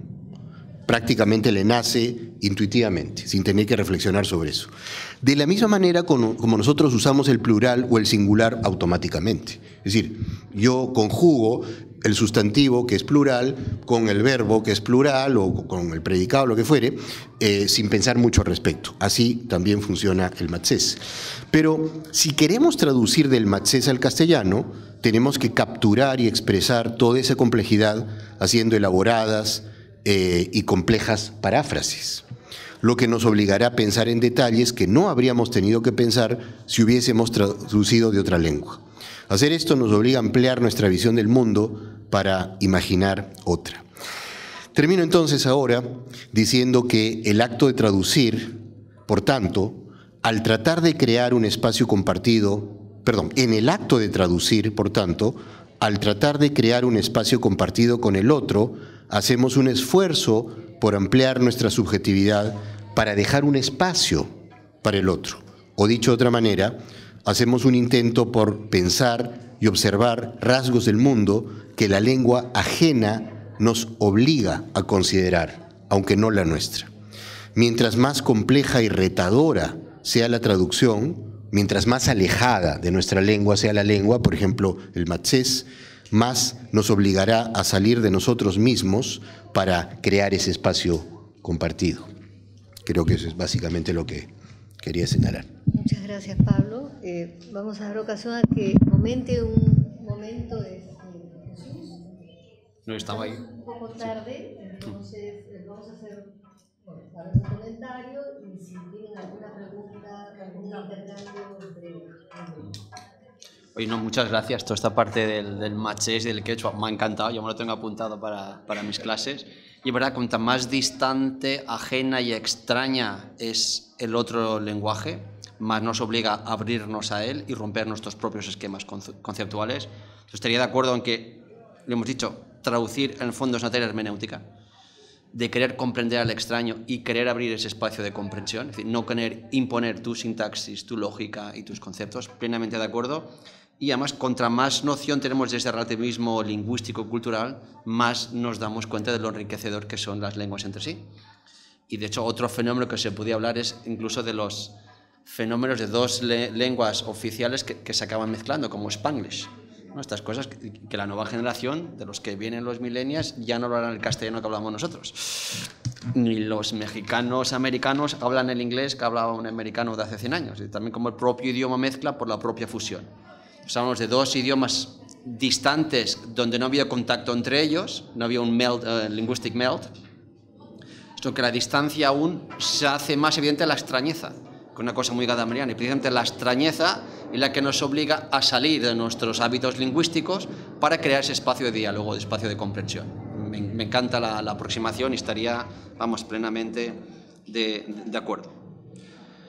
Con las cuestiones de Heidegger, bueno, voy a entrar mucho en detalle porque, bueno, no que hay gente que le interesan las preguntas. Sí, lo de Dreyfus y el pragmatismo ya es una tendencia interpretativa bastante común en el ámbito anglosajón. Y si tú solo te lees la primera sección de Ser y Tiempo y te centras en el análisis de los utensilios y del mundo circundante y dices, pues Heidegger un pragmatista a la letra, pues, sí, de acuerdo, no habría ningún problema. Pero una cosa que, por ejemplo, Dreyfus no hizo y recientemente lo he intentado complementar, tú solo lees una parte de Ser y Tiempo, ¿verdad? Porque esa es una parte previa, preparatoria, para luego ir a la segunda sección de Ser y Tiempo, que no solo el Dasein, que utiliza instrumentos, y que los otros se me manifiestan a través del uso de los instrumentos, o como personas que también a través del instrumento remito indirectamente a las personas. Entonces, claro, tú puedes deducir, vale, desde el punto de vista de la primera sección de Ser y Tiempo, diera la sensación que la presencia, el encuentro con el otro, está mediado, condicionado por el trato instrumental pragmático que tengo con el mundo, por lo cual reduzco al otro a personas. En el contexto del análisis de los utensilios, sí, pero luego cuando Heidegger amplía el análisis en la segunda sección y el tema del estar con, dice no, además de que los otros, como dice Sate, puedan aparecer referidos indirectamente como el que produce el instrumento, como el que me vende el coche, como el que me arregla la alcantarilla, como el que me invita a su casa, además el otro hay un modo de relacionarme con él que es diferente, un modo de cuidarse diferente, que no es la ocupación instrumental, el famoso Besorgen, sino que es otro tipo de ocupación, o en este caso cuidado, que es la solicitud, que es bueno, el trato solícito que mantengo con los otros o personas que no cosas. Bueno, ahí Dreyfus yo creo que hace una visión o interpretación un poco unilateral, que si la amplías a lo que es la segunda sección, dices que es más que el pragmatismo. Entonces yo estoy muy en línea con el hecho de que yo sepa utilizar pragmática y eficazmente un martillo, eso por sí mismo no me sirve para hacer nada. Yo puedo enseñarle a mi hijo de 5 años a utilizar el martillo con una precisión exacta y que nunca se dé con el martillo en el dedo gordo y que el clavo entre, vamos, en 90 grados perfecto y que no se doble, ¿no? Que no, perfecto. Pero eso por sí mismo no lleva a la acción. Porque para que mi capacidad instrumental de utilizar correcta y eficazmente un instrumento desde el punto de vista pragmático lleve a una acción, necesito un proyecto.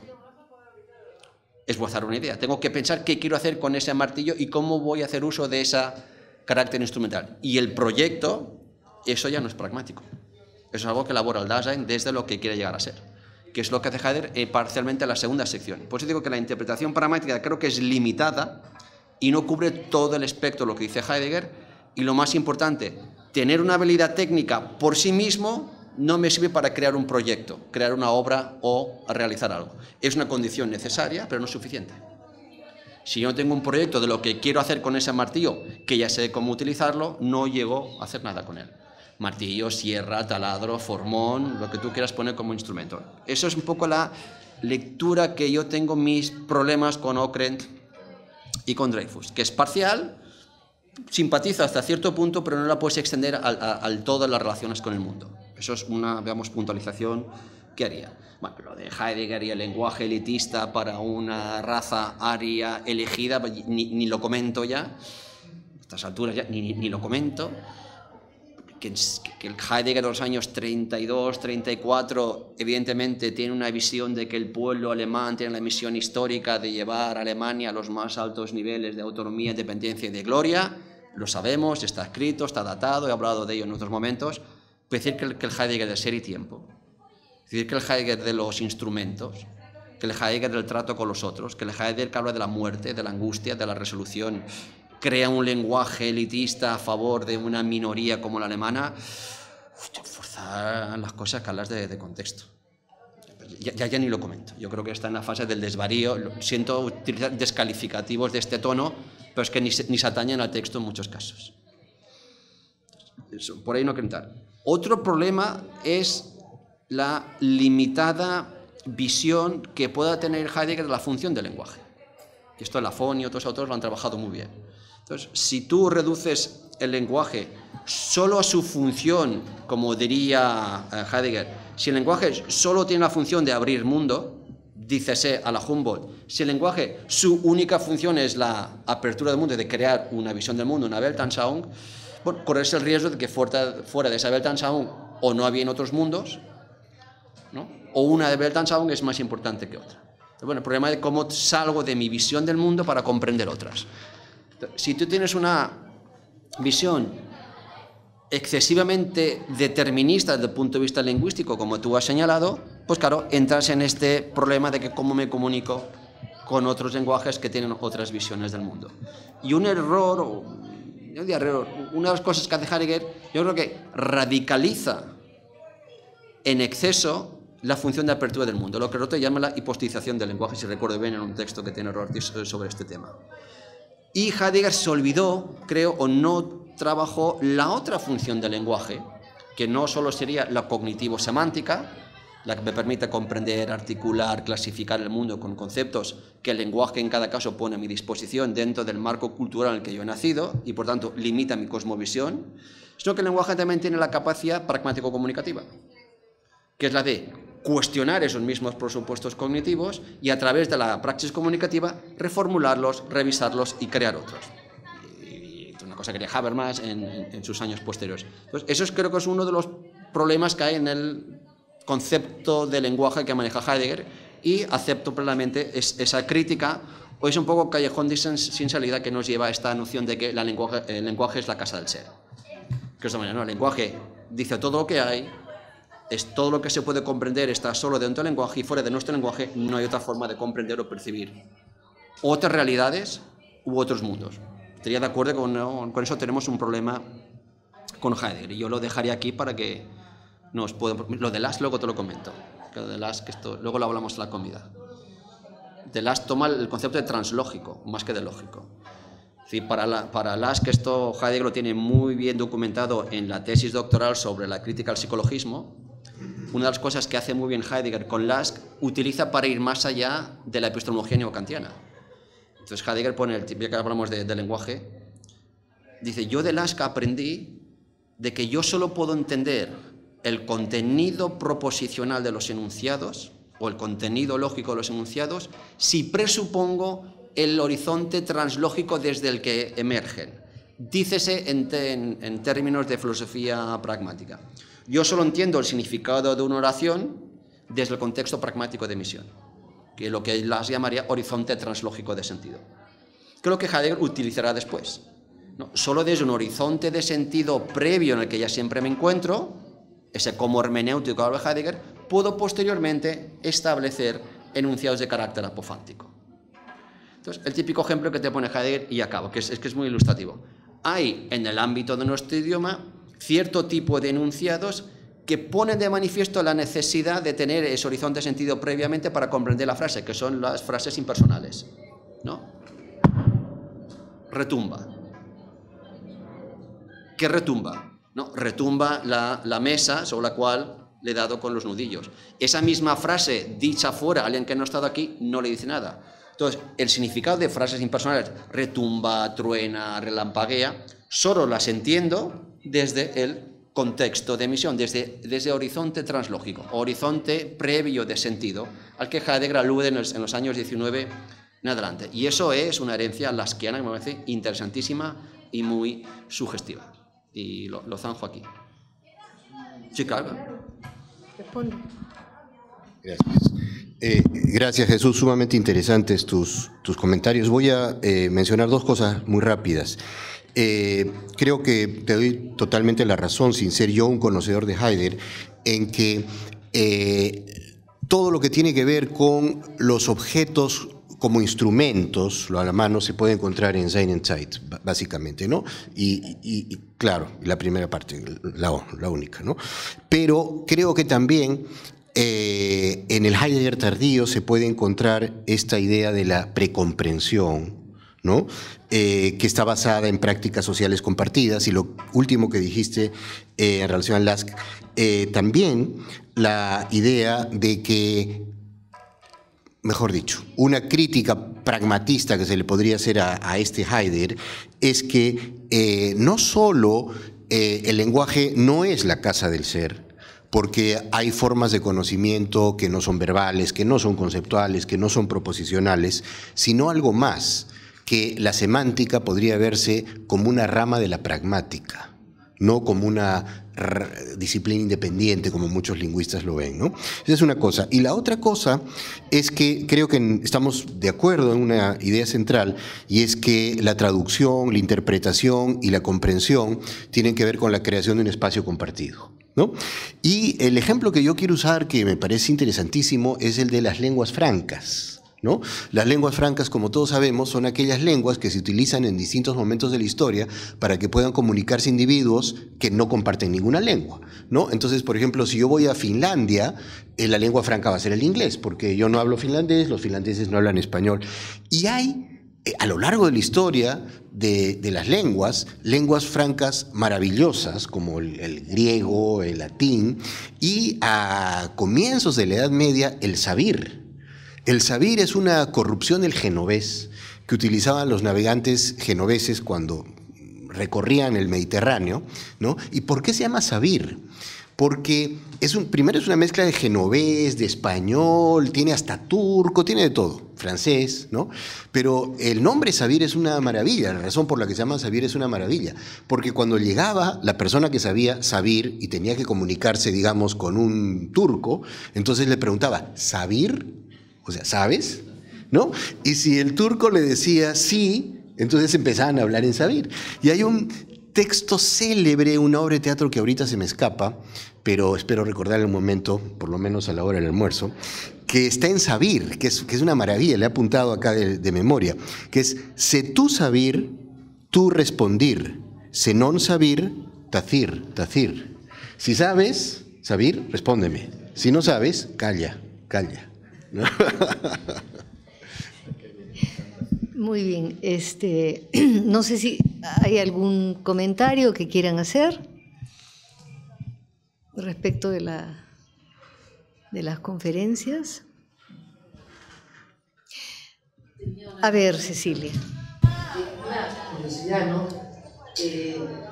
Parto quizás de la ignorancia, en mucha parte de este fondo. Tú mismo has dicho que Heidegger se enfrentó, digamos, a la traducción, el uso de términos griegos, pero ¿qué estatuto le da él a la traducción?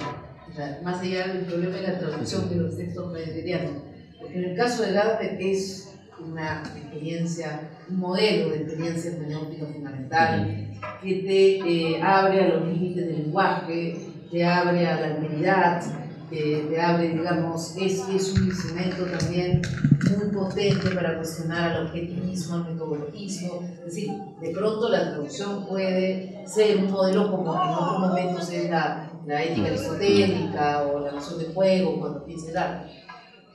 ¿Cuál es el estatuto que le da respecto de sus preguntas fundamentales? Yo creo que ahí Gadamer es heideggeriano casi a la letra, es decir, traducir es un acto de interpretación, tal cual. Y como acto de interpretación es apertura de un texto que nos resulta extraño de la distancia. Y como acto de interpretación abre la necesidad de abrir un espacio de comprensión. Por lo tanto, la traducción en sí misma ya es una tarea de comprensión y además requiere de una clarificación filosófica de lo interpretado y de lo comprendido. Por lo tanto, la traducción mismo ya es un acto filosófico para Heidegger. Y de hecho, una de las cosas más complicadas de traducir Heidegger, de las muchas que hay, es ya no tanto traducir los propios textos de Heidegger con su particular jerga, sino luego intentar traducir las traducciones de Heidegger del griego o del latín. En los textos de Juventud hay muchos textos, me tocó leerlos en su momento, muchos textos de Heidegger sobre la ética nicómaco y a la retórica, donde hay pasajes y pasajes citados en griego con la traducción, interpretación, comentario del alemán de Heidegger, que tú te vas a las traducciones clásicas de credos de esos textos o pasajes, no coinciden prácticamente en nada, porque Heidegger en la misma traducción ya está interpretando el texto, lo que Derrida llamaría violencia exegética a la hora de la traducción.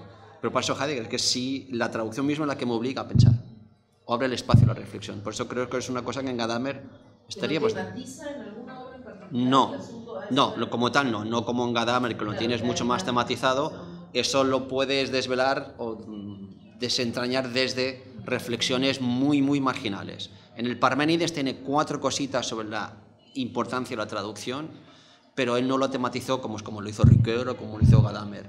Y hay una cosita breve, cuando a Heidegger le propusieron en Illo Tempore traducir el Tao Te Ching al alemán, que es una cosa que le hizo gracia cuando los japoneses iban a visitar la Alemania, y le hacía mucha gracia de que, bueno, que su noción del ser como el camino es muy parecido al Tao, le interesaría que hubiera una versión alemana del Tao Te Ching. Heidegger se entusiasmó mucho en ese momento, ¿no? Pero no lo hizo. Entonces hace pequeños comentarios también sobre esta posibilidad de que el japonés pudiera de buena manera también ser un lenguaje parecido, capaz de desvelar el ser, más allá del alemán y del griego. De hecho, en japonés hay 8 traducciones de Serie Tiempo. No hay una tematización expresa del problema de la traducción en Heidegger, no lo tiene. Y me gustaría. ¿No? Sí, a ver, Fico. Creo que me dijo que me llevara Sí, el micrófono. Perdón.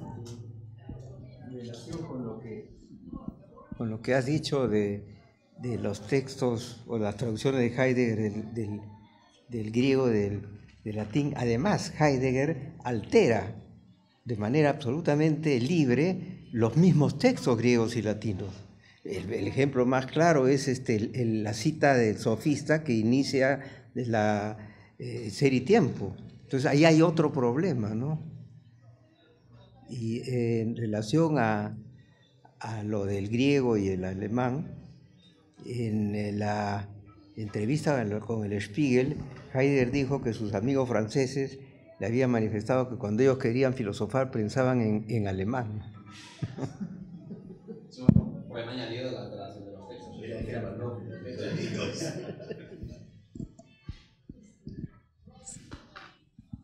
Sí, yo quisiera hacer un par de comentarios a los dos y un poco arranco con el verbo, o mejor dicho, con el sufijo can del quechua, ¿no es cierto?, que no tiene una forma verbal, pero que es un indicador o marcador de existencia, ¿no es cierto?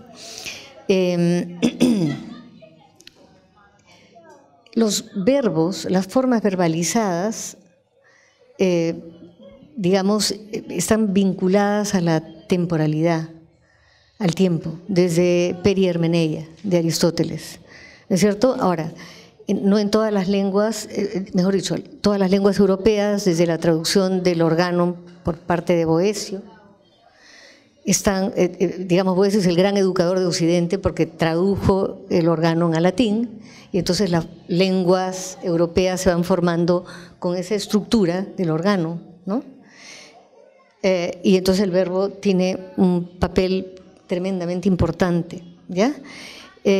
Yo me pregunto si no se puede traducir por el alemán es gibt, el kann, hay, ¿ok? Ya, entonces mi tema es verdad que en muchas lenguas, y es muy bonito, digamos, que hayas introducido también el Matsés y hayas acudido a siempre hay marcadores de temporalidad. Quiere decir de que el tema del tiempo, la temporalidad o la temporalización, etcétera, etcétera, es un elemento esencial de la experiencia humana y de la constitución del lenguaje y su transformación a lo largo de la historia. Ninguna lengua, ni hace 200.000 años en África, cuando empiezan las clasificaciones, ¿no es cierto? Que tú las llamas clasificaciones, hay N maneras en que uno puede plantear eso, hasta nuestros días. Todas las lenguas y todos los dialectos, etcétera, etcétera, están atravesados por ese flujo. Entonces, es creo muy importante lo que ha mencionado desde un inicio Jesús respecto de cómo Heidegger trata de agarrar la fluidez de la experiencia de la vida y del ser, ¿no es cierto?, a través de creación de vocablos que agarren esto, pero no es el primero, o sea, y quiero hacer dos acotaciones. Está Nietzsche atrás, ¿no es cierto?, sobre la verdad y la mentira en sentido extramoral. Ahí Nietzsche, digamos, justamente ataca el lenguaje porque no recoge el devenir de la vida. Y esa influencia está enorme en Heidegger. Respecto de, tú has mencionado ahí, Nator, la crítica a Ideas 1, la crítica, la crítica de Heidegger a Ideas 1 no es la misma que Nator para Ideas 1, por más de que Heidegger crea de que está recogiendo la crítica de Nator. ¿Okay? La crítica de Nator tiene que ver con esa fluidez, o sea, y Heidegger lo que está diciendo es que todo el proyecto de Ideas 1 simplemente no sirve, pero lo que el propio Heidegger no recoge de Ideas 1 es que Husserl justamente también se enfrenta a ese problema que es, uno, el problema de, él dice, yo no voy a inventar nuevos vocablos, voy a usar vocablos antiguos y les voy a transformar el sentido. Entonces, Heidegger no quiere caer, digamos, en las confusiones en las cuales Husserl introdujo su fenomenología por usar con un nuevo sentido palabras antiguas. Y eso está desde el prólogo de Ideas 1. 1. 2. Heidegger no se da cuenta de que Husserl mismo, cuando hace descripciones eidéticas, y eso muchos no lo han entendido, dentro de la tradición continental y de la otra, aunque en la analítica creo que ha habido gente que lo ha comprendido mejor. Hay toda la fenomenología, y salvo la geometría y las ciencias formales, tienen conceptos más o menos fijos, estables. Lo otro es morfológico. Y lo morfológico, cuando Husserl describe qué cosas son los eides morfológicos, los conceptos morfológicos, etcétera, etcétera, los describe como fluidos, como no teniendo, digamos, un contorno fijo. Un poco como en Quine, el tema de un centro de creencias fijo y un contorno, digamos, que va cambiando. Bueno, en todos los conceptos morfológicos y todos los de la fenomenología, todas las descripciones son morfológicas, ahí está fluidez, ¿ya? Entonces, el tema de la temporalidad creo que es tremendamente importante, y una cosa que a mí me gustaría encontrar más en filosofía analítica es recoger el tema de la temporalidad como un tema esencial para poder entender el lenguaje y para poder entender la creatividad en el lenguaje, la sedimentación. Uno parte de un lenguaje, uno parte ya de clasificaciones, uno parte de... Tú no hablaste de sedimentación, tú hablaste de, inmersión, algo que se quedaba, ¿no es cierto?, a partir del cual nosotros creamos. Y una última cosita. Engranaje me encanta.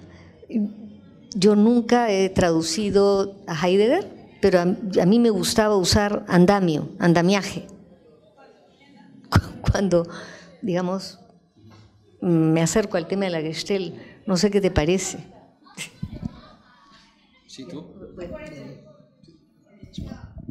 Bueno, de andamio y andamiaje le daré vuelta. Me parece que es demasiado del plano de la construcción. No sé si es porque ahora colaboro con empresas de seguridad y cuando en vez de andamiaje, andamio, veo un andamiaje de construcción. Lo de engranaje me gusta más por ese engranaje técnico. Sí, las piezas, ¿no? Son un conjunto de piezas mecánicas, ¿no?, engarzadas entre sí, que tienen una estructura funcional. Entonces me parece muy bien. Hablando de técnica y engranaje, adecuado, podemos discutirlo. Sí, sí. Lo de la temporalidad fundamental, vamos. Ahora sí. Ya. Sí, creo que tiene razón en que la filosofía analítica debe inyectar a algunos otros rasgos y estilos de la filosofía continental y viceversa, digo yo, ¿no? Ahora, en relación a la temporalidad, sí, también creo que la filosofía analítica está muy marcada por la filosofía, bueno, la filosofía analítica clásica, ¿no? Por la filosofía del Círculo de Viena, que en el fondo tenía una suerte de presupuesto platónico, ¿no? Kantiano y platónico, o sea, Frege era un platónico, ¿no? Mas no así, yo diría, los filósofos analíticos de la segunda mitad del siglo XX que reciben la influencia del pragmatismo. O sea, ahí hay una historia muy interesante, porque la filosofía analítica que llega a Estados Unidos, que en esa época ni siquiera se llamaba filosofía analítica, era el Círculo de Viena, ¿no?